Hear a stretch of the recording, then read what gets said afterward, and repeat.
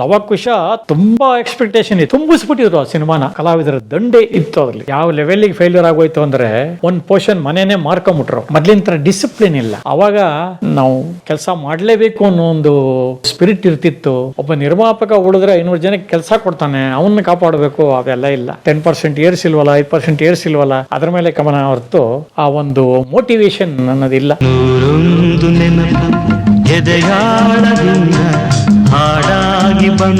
ತುಂಬಿದ ಮನೆ ಏನಾಯ್ತು ಅಂತಂದ್ರೆ, ಅದು ಸ್ಟಾರ್ಟ್ ಆದಾಗ ಕೆಲವರೆಲ್ಲ ಇಲ್ಲ ನೀವು ಮಂಜಯ್ಯ ಕಷ್ಟ, ನಿಮಗೆ ಸ್ವಲ್ಪ ಕಾಸ್ಟ್ಲಿ ಮ್ಯಾನೇಜರ್ ಅವನು ಅದು ಇದು ಅಂತಾರಂತೆ. ಸೊ ಇನ್ ಕೆಲವರು ಇಲ್ಲ ನಾಕೊಳ್ಳಿ ಒಳ್ಳೆ ಕೆಲಸಕಾರ ಅಂತಾರಂತೆ. ಯಾವುದಕ್ಕೂ ಒಂದು ಟ್ರಯಲ್ ಅಂಡ್ ಎರರ್ ನೋಡ್ಬೋಣ ಅನ್ಬಿಟ್ಟು ಹಾಕೊಂಡ್ರು.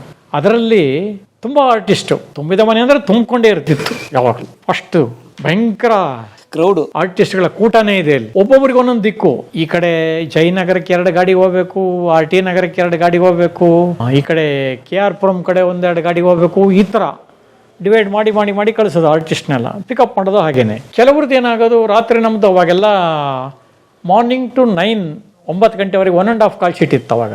ಸೊ ಡೈಲಿ ರಾತ್ರಿ 9 ಗಂಟೆವರೆಗೆ ಶೂಟಿಂಗು ಸೆಟ್ಟಲ್ಲಿ ಕಂಠೀರವ ಸ್ಟುಡಿಯೋ. ಇಲ್ಲಿ ಅಂಜಲಿ ಇವರು ಮತ್ತೆ ಜನಾರ್ದನ್, ಬ್ಯಾಂಕ್ ಜನಾರ್ದನ್ ಎಲ್ಲ RT ನಗರ ಕಳಿಸ್ಬೇಕು. ಬ್ಯಾಂಕ್ ಜನಾರ್ದನ್ದು ಬೇಗ ಮುಗಿದು ಬಿಟ್ರೆ ಅವನು ಗಾಡಿ ಕೊಡೋ ಅಂತಾನೆ, ಅವನಿಗೆ ಕೊಟ್ಬಿಟ್ರೆ ಅಂಜಲಿಗೆ ಏನು ಮಾಡಲಿ, ಹೋಗಿ ಬರೋದಿಗೆ 9:30 ಆಗೋಗ್ಬಿಡುತ್ತೆ. ಅಷ್ಟೊತ್ತಿಗೆ ಪ್ಯಾಕಪ್ ಆಗ್ಬಿಟ್ಟಿರುತ್ತೆ, ಕಾಯ್ತಾ ಇರಬೇಕು. ಮತ್ತೆ ಇನ್ನೊಂದು ಟ್ರಿಪ್ ಕಳಿಸ್ಬೇಕು. ಸೀದಾ ಹೋಗಿ ಉಮೇಶ್ವರಿಗೆ ಹೋಗ್ಬಿಡ್ತಿದ್ದೆ. ಪಕ್ಕ ಅವ್ರದ್ದು ಮುಗಿದಿದೆ ಅಂತ ಆದರೂ ಕೂಡ ನಿಮ್ಮದು ಆಗಿದೆ ಅಂತ ಹೇಳಕ್ ಹೋಗ್ಬೇಡಿ ಯಾರಿಗೂ. ನೀವು ಒಂದು 10 ನಿಮಿಷ ರಿಲ್ಯಾಕ್ಸ್ ಅಂತ ಕೂರಿಸಿ ಬೇರೆ ತೆಗಿಯೋಕ್ಕೆ ಶುರು ಮಾಡಿ. ಎಲ್ಲ ಆಮೇಲೆ ಟೈಮ್ ನೋಡ್ಕೊಂಡು 9 ಗಂಟೆ ಕರೆಕ್ಟಾಗಿ ಪ್ಯಾಕಪ್ ಬನ್ನಿ, ಚಕ್ಕ ಅಂತ ಅವ್ರ ರೂಟಿಗೆ ನಾನು ಕಳಿಸ್ತಾ ಇರ್ತೀನಿ. ಮತ್ತೆ ಬೆಳಗ್ಗೆ ಸೇರಿಸ್ತೀನಿ ಎಲ್ಲರನ್ನು. ಹಿಂಗೆ ಮಾಡಿಬಿಟ್ಟು ಎಷ್ಟೋ ಜನ 6 ಗಂಟೆ ಪ್ಯಾಕಪ್ ಆದರೂ ಕೂಡ 9 ಗಂಟೆವರೆಗೆ ಬಿಡ್ತಿರ್ಲಿಲ್ಲ. ಕೊಳೆ ಹಾಕ್ಬಿಡ್ತಿದ್ದೆ. ಆ ಕಡೆ ಈ ಕಡೆ ಕೂತ್ಕೊಂಡು ಮಾತಾಡಿಸ್ಕೊಂಡು ಒಂದೊಂದು ದಿವಸ ಒಬ್ಬರು ಮನೆಯಿಂದ ಪುಳಿಯೋಗರೆ ಬರೋದು, ಇನ್ನೊಂದೇನೋ ಬರೋದು, ಗೊಜ್ಜು ಬರ್ತಿತ್ತು. ಎಲ್ಲ ಒಂಥರ ಫ್ಯಾಮಿಲಿ ಥರ. ಕುಂಬಳಕಾಯಿ ಹೊಡೆದಿನ ಎಲ್ಲರೂ ಕಣ್ಣೀರು ಹಾಕ್ಬಿಟ್ಟಿದ್ರು. ಅಯ್ಯೋ ನಾಳೆಯಿಂದ ಈ ಅವಕಾಶ ಇಲ್ವೇ ನಮಗೆ ಅಂತ. ಅಷ್ಟು ಚೆನ್ನಾಗಿತ್ತು ನಮ್ಮ ಒಂದು ಟ್ರೂಪ್ ಅವಾಗ, ಅದು ಮುಗಿಯುವವರೆಗೂ.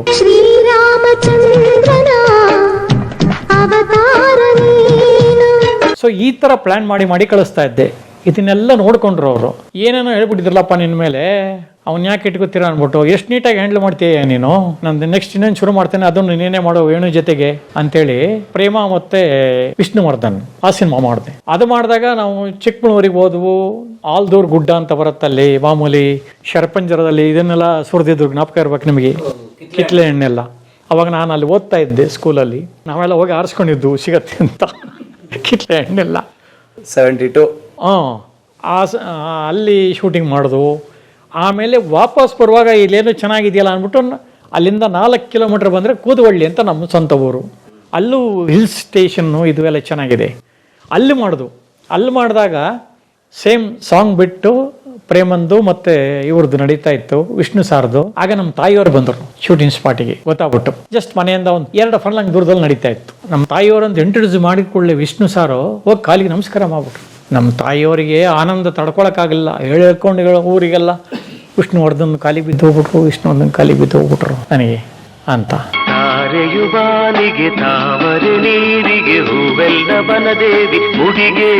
ಇಲ್ಲಿಂದ ಹೊರಟಾಗ ಶಿವ ಅಂತ ಒಬ್ಬ ಕಸ್ಟಮರ್ ಇದ್ದ. ಆ ಶಿವ ಏನು ಮಾಡೋನು, ಸಾರ್ ಅವ್ರ ಕಾಲ ಬಂದ್ಬಿಡ್ತಾರೆ, ನಮಗೆ ಒಂದು ಸುಮೋ ಬೇಕು ಸರ್. ಸುಮೋ ಏನಕ್ಕೋ, ಬೇರೆ ಜೊತೆ ನಿನ್ನೂ ಕರ್ಕೊಂಡು ಹೋಗ್ತೀನಿ ಬಿಡೋ. ಸಾಂಗ್ ಡ್ರೆಸ್ ತಾನೇ 2 ಡ್ರೆಸ್ಸು ಇಲ್ಲ 4 ಡ್ರೆಸ್ಸು, ಅದನ್ನು ತೆಗೆದು ಟಿಲಿ ಹಾಕು. ಪಾರ್ಟಿಗೆ ಹೋದಾಗ ನಾನು ಯಾವ್ದಾರ ಗಾಡಿನ ಅಡ್ಜಸ್ಟ್ ಮಾಡಿ ಕಳಿಸ್ತೀನಿ. ಇಲ್ಲ ಸಾರಿಗೆ ಹೇಳ್ಬಿಟ್ಟು ನಾನು ಹಿಂಗಡೆ ರಿಕ್ವೆಸ್ಟ್ ಮಾಡಿ ಇಟ್ಕೊಂಬರಕ್ಕೆ ಹೇಳ್ತೀನಿ ಬಿಡು, ಯಾಕೆ ತಲೆ ಬಿಸಿ ಮಾಡ್ಕತ್ತೀಯ. ಮತ್ತು ಅದಕ್ಕೊಂದು ಕಾರ್ ಬೇರೆ ಸುಮೋ ಬೇರೆ ಕೊಡ್ಬೇಕಾ ನಿನಗೆ? ಮೇಡಮ್ ಆಗಲ್ಲ ಸರ್. ಸೀನಿಗೆ ಯೂಸ್ ಮಾಡಿದ್ದಾದಿಯಾಗಿ ಸ್ಪಾಟಲ್ಲಿ ನನ್ನ ಜೊತೆ ಎಲ್ಲ ಕಾಸ್ಟ್ಯೂಮು ಇರಬೇಕು. ಅದು ಬಾಸ್ ಆರ್ಡರ್. ಅದು ಯಾವುದನ್ನು ಬಿಟ್ಟು ಹೋಗಂಗಿಲ್ಲ ಅಥವಾ ಯಾರ ಮೇಲೋ ಡಿಪೆಂಡ್ ಆಗಂಗಿಲ್ಲ. ಮನೆಗೆ ತೊಗೊಂಡೋಗ್ತೀವಿ, ವಾಪಸ್ ತರ್ತೀವಿ, ಪ್ರೊಡಕ್ಷನ್ ಮುಗಿದ್ಮೇಲೆ ಕಂಪ್ನಿಗೆ ವಾಪಸ್ ಕೊಡ್ತೀವಿ ಅಷ್ಟೇ. ಅಲ್ಲಿವರೆಗೂ ಯಾರು ಯೂಸ್ ಮಾಡೋಂಗಿಲ್ಲ, ಮುಟ್ಟೋಂಗಿಲ್ಲ ಸರ್. ಏನೇ ಗೋಳು ನಿಮ್ಮದು, ಇಲ್ದೇ ಇರೋದು. ಅವ್ರು ಹೇಳ್ದೆ ಹೋದ್ರು ನೀವೇ ಇಲ್ದೇವ್ರು ಫಿಟ್ಟಿಂಗ್ ಇಟ್ಬಿಡ್ತೀರ ನಮಗೆ ಅಂತ ಬೈಕೊಂಡು ಅವನಿಗೊಂದು ಗಾಡಿ ಕೊಟ್ಟೆ. ಈ ಆಲ್ದೂರು ಗುಡ್ಡದಲ್ಲಿ ಮಾಡ್ತಾ ಇರುವಾಗ ಏನಾಯಿತು, ಪ್ರೇಮಂಗೆ ಸಾಯಿ ಅಂತ ಒಬ್ಬ ಮಡ್ರಾಸ್ ಕಸ್ಟಮರ್ ಇದ್ದಾನೆ. ದೊಡ್ಡ ಅಂಗಡಿ ಇದೆ ಅವನಿಗೆ. ಒಂದು 10-12 ಹೀರೋಯಿನ್ಗಳಿಗೆ, ಹೀರೋಗೆಲ್ಲ ಅವನು ಕಾಸ್ಟ್ಯೂಮ್ ಡಿಸೈನರು. ರವಿಚಂದ್ರನ್ ಅವ್ರಿಗೂ ಅವರೇ ಕಾಸ್ಟ್ಯೂಮ್ಸ್ ನೋಡ್ತಾ ಇದ್ದಿದ್ದು. ಆ ಮನುಷ್ಯ ಇವರಿಗೆ ಪ್ರೇಮಂಗೆ ಕಾಸ್ಟ್ಯೂಮರು. ಕಾಸ್ಟ್ಯೂಮ್ಸ್ ಕಳಿಸ್ಕೊಟ್ಟಿದ್ದ. ಅಷ್ಟೊತ್ತಿಗೆ ವಿಷ್ಣು ಸರ್ ಡಾಟರೇ ಕಾಸ್ಟ್ಯೂಮ್ಸ್ ನೋಡ್ಕೊಳಕ್ಕೆ ಶುರು ಮಾಡಿದ್ರು ವಿಷ್ಣುಗೆ. ಮೊದಲು ಬಾಂಬೆಯಿಂದ ಬರ್ತಾ ಇತ್ತು, ಅದು ಇದು ಅದೆಲ್ಲ ಕಮ್ಮಿ ಆಯಿತು, ಈಗ ಇವರೇ ನೋಡ್ಕೊಳಕ್ಕೆ ಶುರು ಮಾಡಿದ್ರು. ಸೊ ಅಲ್ಲೇನಾಗಿದೆ, ಕಾಂಬಿನೇಷನ್ನು ಆ ಪ್ರೇಮನ್ ರಿಚ್ನೆಸ್ಗೆ ಇದು ಒಂಚೂರು ಹೊಡಿತಾ ಇದೆ, ಡಲ್ ಹೊಡಿತಾ ಇದೆ. ಮೇನ್ ಡ್ರಾಬ್ಯಾಕೆ ಈ ಪ್ಯಾಂಟ್ ಸೆಟ್ ಆಗ್ತಾ ಇಲ್ಲ ಕಣೋ, ನೀನು ಸೀನಿಗೆ ಯೂಸ್ ಮಾಡಿದ ಪ್ಯಾಂಟ್ ಎಲ್ಲ ತಗೊಂಬ ಅಂದಿದ್ದಾರೆ. ಶಾರ್ಟ್ ವೇಟಿಂಗಲ್ಲಿ ಈ ಶಿವ ಅನ್ನೋನೇನು ಮಾಡ್ದ, ಕಾಸ್ಟ್ಯೂಮ್ ತರಕ್ಕೆ ಹೋಗಲಿಲ್ಲ, ಆ ಕಡೆ ಈ ಕಡೆ ಹುಡುಕ್ದ ಎಲ್ಲಿ ಮ್ಯಾನೇಜರು ಅಂತ. ಮಾರದ ಕೆಳಗೆ ಕೂತಿದ್ದೆ ನಾನು ಲೆಕ್ಕ ಬರ್ಕೊಂಡು, ಸರ್ ಬನ್ನಿಲಿ, ನಾನು ಕೇಳಿದ್ರೆ ಬೈದು ಬಿಟ್ರಿ, ಕಾರ್ ಕೊಡೋಕ್ಕಾಗಲ್ಲ, 4 ಡ್ರೆಸ್ ತಾನೇ ಹಿಡ್ಕೊಂಬ ಅಂದ್ಬಿಟ್ಟು. ಈಗ ವಿಷ್ಣು ಸಾರು ಸೀನಿಗೆ ಯೂಸ್ ಮಾಡಿದ್ದು ಪಿಂಕ್ ಕಲರ್ ಡ್ರೆಸ್ ಕೇಳ್ತಾ ಇದ್ದಾರೆ ನನಗೆ, ತಗೊಂಡೋಗ್ಲಾ ಬೇಡವಾ, ಏನು ಹೇಳ್ತೀರಾ? ಶೂಟಿಂಗ್ ವೆಯ್ಟಿಂಗ್, ಹಾಂ ಹೌದಾ, ಸಾರಿ ಕಣೋ, ತಪ್ಪಾಗೋಯ್ತು ಕಣೆ ನನ್ನಿಂದ, ಬೇಜಾರು ಮಾಡ್ಕೋಬೇಡ. ಹೊಟ್ಟೆ ತಾನೇ ಕಡೆಗೂ, ನಾನು ಕೆಲಸ ಆಗಿದೆ ತಾನೇ ನಿಂಗೆ, ನಾನೇನಾರ ಮಾಡ್ಬಿಟ್ಟು ಬೇಡ ಅಂದ್ಬಿಟ್ಟು ಬಿಟ್ಟು ಬಂದಿದ್ರೆ ಏನು ಸರ್ ಮಾಡಬೇಕಿತ್ತು? ಹ್ಞೂ ಕಣಯ್ಯ, ಅದಕ್ಕೆ ನಾವು ಕೆಲವು ಸಲ ಆ ಡಿಪಾರ್ಟ್ಮೆಂಟ್ನವ್ರನ್ನೂ ಕನ್ಸಲ್ಟ್ ಮಾಡಿ ಕೆಲವು ಡಿಸಿಷನ್ ತಗೋಬೇಕಾಗತ್ತೆ. ಆಯಿತು ನಿಂಗೆ ಕೊಟ್ಟಿದ್ದಿಲ್ಲ ಬಿಡಪ್ಪ, ನಾನು ಯಾಕೆ ತಲೆ ತಿಂದೆ, ಬೇಗ ತಗೊಂಡೋಗಯ್ಯ ಅಲ್ಲಿ ಅಂದೆ. ತಗೊಂಡೋದ, ಆ ಪ್ಯಾಂಟ್ ಮ್ಯಾಚ್ ಆಯಿತು, ಸೆಟ್ ಆಯಿತು, ಶೂಟಿಂಗ್ ಮುಗಿಸಿರು. ಅದು ಮುಗಿದ ಮೇಲೆ ಮತ್ತೆ ಶಿವಣ್ಣ ಮತ್ತು ಉಪೇಂದ್ರನ್ ಕಾಂಬಿನೇಷನ್. ಯಾವ ಪಿಕ್ಚರು? ಸಾಯಿ ಪ್ರಕಾಶ್ ಡೈರೆಕ್ಟ್ರು, ಥ್ರಿಲ್ಲರ್ ಮಂಜು ಫೈಟ್ ಮಾಸ್ಟ್ರು, ಆ ಸಿನಿಮಾ ಮಾಡಿದ್ವು ನಾವು. ಲವಕುಶ.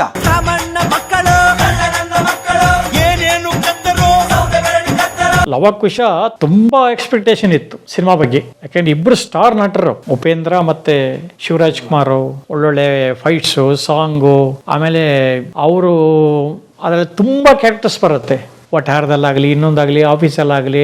ಸೊ ಸಣ್ಣ ಸಣ್ಣ ಸೀನಿಗೆ ಕೂಡ ಒಂದು ದೃಶ್ಯಕ್ಕೆ ಬಂದು ಹೋಗೋರಿಗೂ 2 ಡೈಲಾಗ್ ಇರುವಂಥವ್ರಿಗೂ ಕೂಡ ನಮ್ಮ ರೆಗ್ಯುಲರ್ ಆರ್ಟಿಸ್ಟ್ ಯಾರ್ಯಾರಿದ್ದಾರೆ, ಬ್ಯಾಂಕ್ ಜನಾರ್ದನ್ ಇರ್ಬೋದು, ಮೈಸೂರು ರಮಾನಂದ್ ಇರ್ಬೋದು, ಮೂಗು ಸುರೇಶ್ ಇರ್ಬೋದು, ಅರಸೀಕೆರೆ ರಾಜು ಇರ್ಬೋದು, ಈ ಥರ ಪ್ರತಿಯೊಬ್ಬ ಅಥವಾ ನಮ್ಮ ಬೇರೆದಾರ ಪ್ರತಿಯೊಬ್ಬರನ್ನು ಹುಡುಕಿ ಕರೀರಿ, ಅವ್ರನ್ನೇ ಕರೀರಿ, ಕೆಲಸ ಕೊಡೋಣ ಕರೀರಿ ಅಂತ ಕರೆದು ಪಾಪ ತುಂಬಿಸ್ಬಿಟ್ಟಿದ್ರು ಆ ಸಿನಿಮಾನ.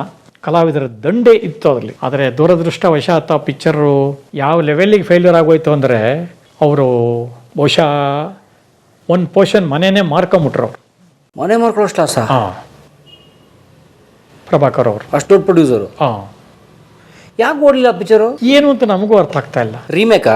ರೀಮೇಕ್ ಏನಾ ಅಂತ ಗೊತ್ತಿಲ್ಲ, ಮರ್ತೋಗಿದ್ದೀನಿ ನಾನು. ಒಟ್ಟಿನಲ್ಲಿ ಅದು ಭಾರಿ ಎಕ್ಸ್ಪೆಕ್ಟೇಷನ್ ಇದ್ದಂಥ ಒಂದು ಸಿನಿಮಾ ಫೇಲ್ಯೂರ್ ಆಗೋಯ್ತು.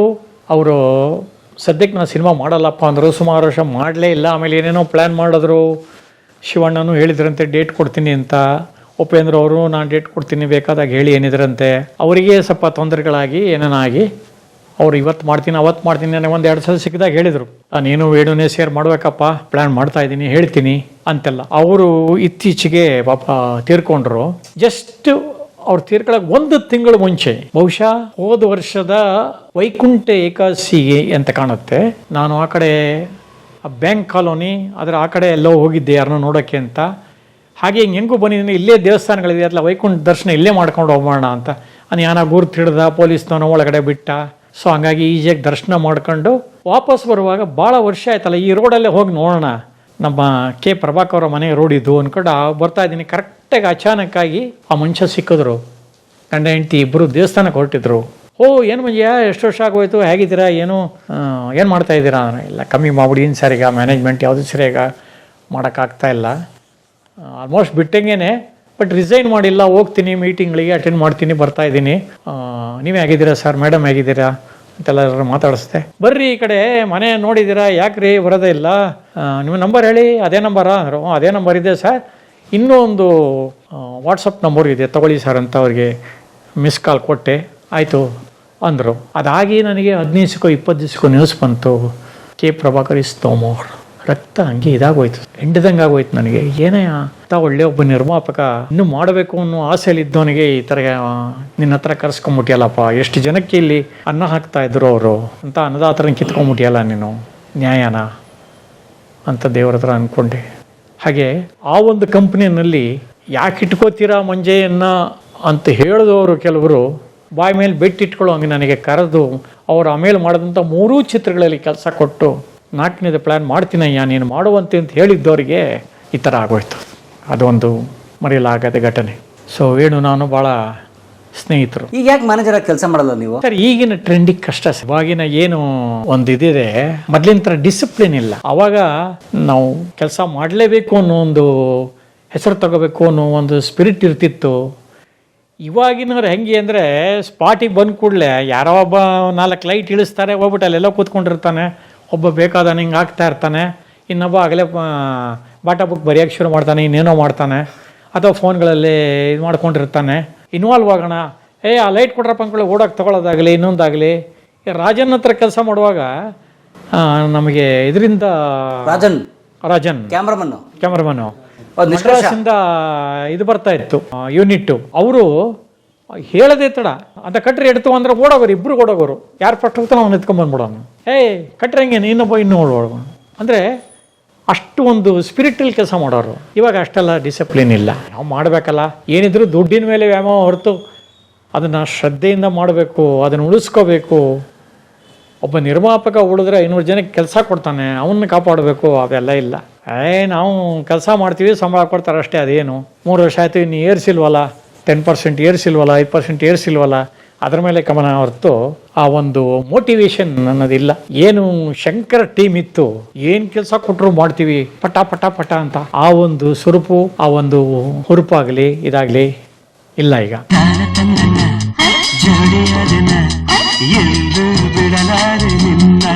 ಆಮೇಲೆ ಇದ್ದಕ್ಕಿದ್ದಂಗೆ ಕೇಳ್ಬಿಡ್ತಾರೆ, ಹಂಗೆ ಮಾಡಿ ಹಿಂಗೆ ಮಾಡಿ, ನನಗೆ ಅದೇ ಬೇಕು ಇದೇ ಬೇಕು ಅಂತ. ಅದೆಲ್ಲ ಹೊಂದಿಸೋದು ಭಾಳ ಕಷ್ಟ. ಅದಕ್ಕೆ ಈ ಜಂಜಾಟನೇ ಬೇಡ ನನಗೆ. ಆವಾಗ ಹಾರ್ಟ್ ಪ್ರಾಬ್ಲಮ್ ಆಗಿದ್ದು ಈ ಒಂದು ಟೆನ್ಷನ್ಗೇನೆ. ಒಂದು ಕರೆಕ್ಟಾಗಿ ಪೇಮೆಂಟ್ಸ್ ಕೊಡೋದಿಲ್ಲ, ಅವ್ರು ಹಿಂದೆ ಮುಂದೆ ಸುತ್ತಾ ಇರ್ತಾರೆ, ನಮಗೆ ದುಡ್ಡು ಕೊಡ್ಬೇಕು ಸರ್ ಅಂತ. ಆಮೇಲೆ ಯೂನಿಯನ್ ಕಡೆಯಿಂದ ಪ್ರೆಷರ್ ಸ್ಟಾರ್ಟ್ ಆಗುತ್ತೆ ನಮಗೆ. ನಾವು ಒಕ್ಕೂಟದಲ್ಲಿ ಮೆಂಬರ್ ಆಗಿರೋದ್ರಿಂದ ಆದಷ್ಟು ಒಕ್ಕೂಟ ಮೆಂಬರ್ಸ್ನೇ ಇಟ್ಕೋಬೇಕು ನಾವು. ಇವಾಗ ಏನಾಗೋಗ್ಬಿಟ್ಟಿದೆ, ಯಾರನ್ನ ಬೇಕಾದ್ರೂ ಇಟ್ಕೋಬಹುದು ಅಂತ ಒಂದು ಗೌರ್ಮೆಂಟಿಂದ ಬಂದಿರೋದ್ರಿಂದ ಬೇರೆ ಯೂನಿಯನ್ನವರು ಅವರು ಇವರು ಸೀರಿಯಲ್ ಮಾಡೋರು ಯಾರ್ಯಾರೋ ಬಂದ್ಬಿಡ್ತಾರೆ. ಅಲ್ಲ, ಸೀರಿಯಲ್ ನೋಡಿದ್ರೆ ಯೂನಿಯನ್ ಇದೆ ಇಲ್ಲ ಅಂತಲ್ಲ. ಸೊ ಹಾಗಾಗಿ ಏನಾಗುತ್ತೆ, ಸೀರಿಯಲ್ಗಿಂತ ಇಲ್ಲೊಂದು 50 ಜಾಸ್ತಿ ಬರುತ್ತಲ್ಲ ಅಂತ ಇಲ್ಲಿ ಬಂದ್ಬಿಡ್ತಾರೆ. ಅದು ಯಾರ್ರಿ ಅದು ನಮ್ಮ ಯೂನಿಯನ್ ಅಲ್ವೇ ಅಲ್ಲ, ಅವನ್ನ ಇಟ್ಕೊಂಡ್ಬಿಟ್ಟಿದ್ದೀರಾ ನೀವು ಅಂತ. ಈಗ ಮುಂಗಾರು ಮಳೆ 2 ಮಾಡುವಾಗ ಗಂಗಾಧರ ಕಡೆಯವ್ರದ್ದೇ 3-4 ಕಾರ್ ಇತ್ತು ಪ್ರೊಡ್ಯೂಸರ್, ಪ್ಲಸ್ ಅವ್ರ ಕ್ಲೋಸ್ ಫ್ರೆಂಡ್ಸ್ದು ಟ್ರಾವೆಲ್ಸ್ ಇತ್ತು. ಅಲ್ಲಿಂದ ಕಡಿಮೆ ರೇಟಿಗೆ ಕಳಿಸ್ಕೊಡೋರು. ಅವ್ರೇನು ಮಾಡೋರು, ನಿಮ್ಮ ರೂಲ್ಸ್ ಏನ್ರಿ, ಒಂದು 2-3 ಇಟ್ಕೋಬೇಕು ತಾನೆ ಸಿನಿಮಾಕ್ಕೆ, ಆಯಿತು ಪ್ರೊಡಕ್ಷನ್ಗೆ ಒಂದು TT ಕೊಡಿ, ಕಾಸ್ಟ್ಯೂಮ್ಗೆ ಒಂದು TT ಕೊಡಿ, ಕ್ಯಾಮ್ರಾಕ್ಕೊಂದು ಪಾಲಿಸ್ ಕೊಡಿ ಸಾಕು ಅನ್ನೋರು. ಸರ್ 12 ಕಾರ್ ಓಡ್ತಾ ಇದೆ, ಬರೀ 3 ಕಾರ್ ಇಟ್ಕೊಂಡಿದ್ರಲ್ಲ ಸರ್ ಅಂತ ಯೂನಿಯನಿಂದ ಗಲಾಟೆ. ನಾನು ಪ್ರೊಡ್ಯೂಸರ್ ಜಗಳ ಮಾಡೋದು, ಸರ್ ಇನ್ನೊಂದೆರಡು ಇಟ್ಕೊಳ್ಳಿ ಸರ್, ಅದನ್ನೇ ನಂಬ್ಕೊಂಡಿರೋರು, ನೀವು ಹಿಂಗೆ ಮಾಡ್ಬಿಟ್ರೆ ಹೆಂಗೆ ಸರ್? ಕೊಟ್ಟಿದ್ದೀನಲ್ಲಪ್ಪ ಇನ್ನೇನಪ್ಪ. ಇಲ್ಲ ಸರ್, ಅವರಿಗೆ ದಿನಕ್ಕಿಷ್ಟು ಅಂತ ಅಲ್ಲಿ ಸಂಘಕ್ಕೆ ಕಟ್ಟಬೇಕು.